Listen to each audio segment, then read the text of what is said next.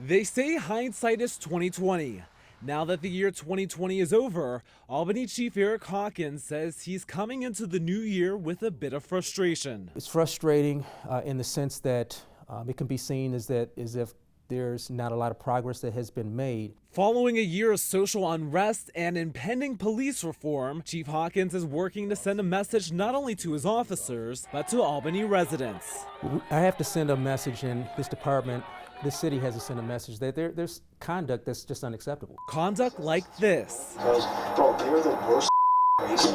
Former Albany police officer David Hopp caught on camera calling black people, quote, the worst race. As a black man, yes, I take that personal, but I'm a professional enough to understand that I can't let my emotions and those personal things drive my decision making. Soon after the footage was released, Hopp was fired. Hawkins says he's heard language like this in policing from the time he was a rookie cop back in Southfield, Michigan in the late 80s. Things were said both behind the scenes and out in the open that were accepted. Policing wasn't always in the cards for Hawkins. Some may be surprised to learn what he originally wanted to be growing up. I wanted to be a professional basketball player, but unfortunately they weren't looking for 6'1" power forwards at that time, then or now. Starting off as a cadet in Southfield did something that basketball couldn't. It gave him an education. They had a program that would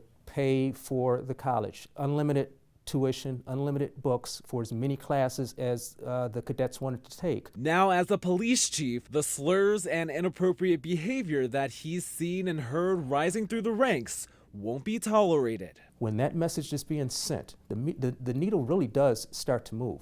Now, my challenge is that the needle is not moving fast enough for some people. This summer, that needle moving faster than ever when Black Lives Matter protesters marched on the streets of Albany. My career has been bookended by Rodney King as a rookie cop and George Floyd as a police chief. A career spanning 30 years.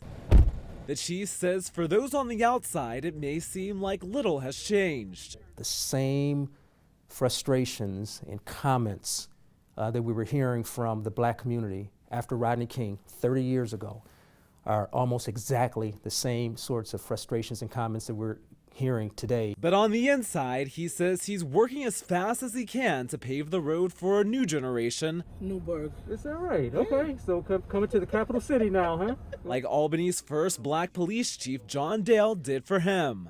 We've got to give some inspiration to our young men and women, our promising young men and women of color in our communities, that this is a profession that they can get into. A cadet program, which is in its inaugural year, is meant to draw minorities into the policing field like the program in Southfield that led him to become a police chief. Long after I'm gone here, that's one of the programs that I'll be most proud of. Out of the frustrations Chief Hawkins came into 2021 with, these potential police officers draw a sense of optimism. And long after he's retired, here's how he wants to be remembered. Fair, I'm a good person. A lot of times they'll forget great accomplishments, but one thing they won't forget, they'll never forget the type of person you were. Stay warm out here now. Yes, thank you, brother. All right, we'll see you. Lewis Finley, News 10 ABC. All right, how y'all doing today, man?